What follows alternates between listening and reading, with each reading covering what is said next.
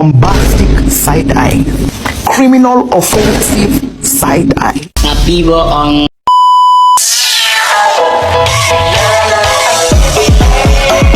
Salah.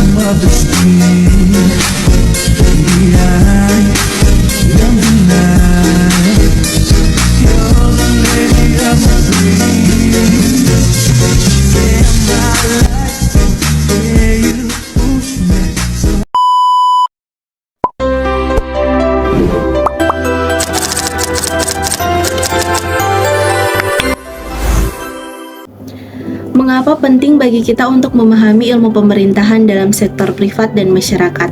Terdapat 5 poin penting. Yang pertama, pengaturan dan pengawasan. Yang kedua, efisiensi dan efektivitas. Yang ketiga, partisipasi publik. Yang keempat, perlindungan dan hak dan kepentingan. Yang kelima, inovasi dan pembangunan berkelanjutan. Dalam konsep pemerintahan mengenal 3 model kepemerintahan, yaitu yang pertama, economic governance yang meliputi proses pembuatan keputusan atau decision making process yang memfasilitasi kegiatan ekonomi di dalam negeri dan interaksi di antara penyelenggara ekonomi. Economic governance mempunyai implikasi terhadap kesetaraan, kemiskinan, dan kualitas hidup. Yang kedua, political governance yang mencakup proses-proses pembuatan berbagai keputusan untuk perumusan kebijakan. Dan yang ketiga, administrative governance, yaitu sistem implementasi kebijakan. Faktor yang mempengaruhi pemerintahan yang efektif. Yang pertama, negara dan pemerintahan.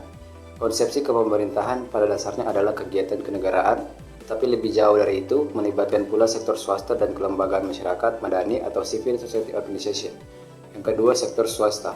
Pelaku-pelaku sektor swasta mencakup perusahaan swasta, aktif dalam interaksi dalam sistem pasar seperti industri pengolahan atau manufacturing, perdagangan, perbankan, dan koperasi, termasuk juga kegiatan sektor informal. Yang ketiga, masyarakat madani atau civil society.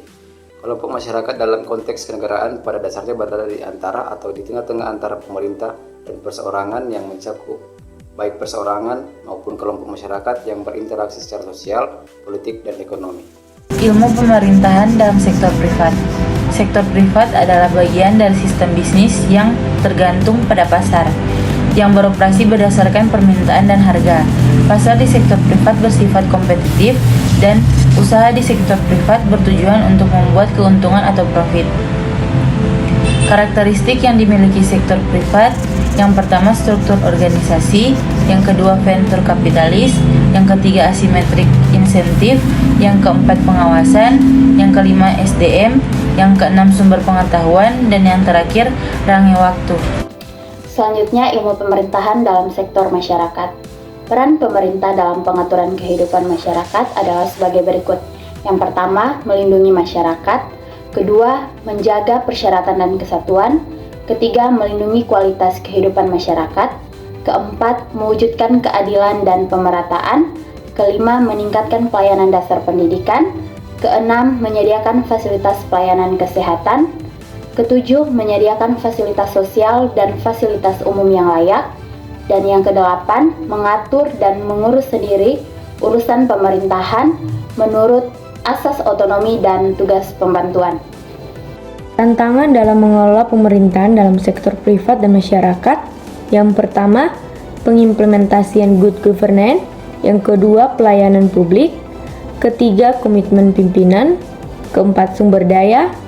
Kelima, pengelolaan anggaran. Yang keenam, kerjasama publik privat. Dan yang ketujuh, perubahan iklim dan berkelanjutan lingkungan.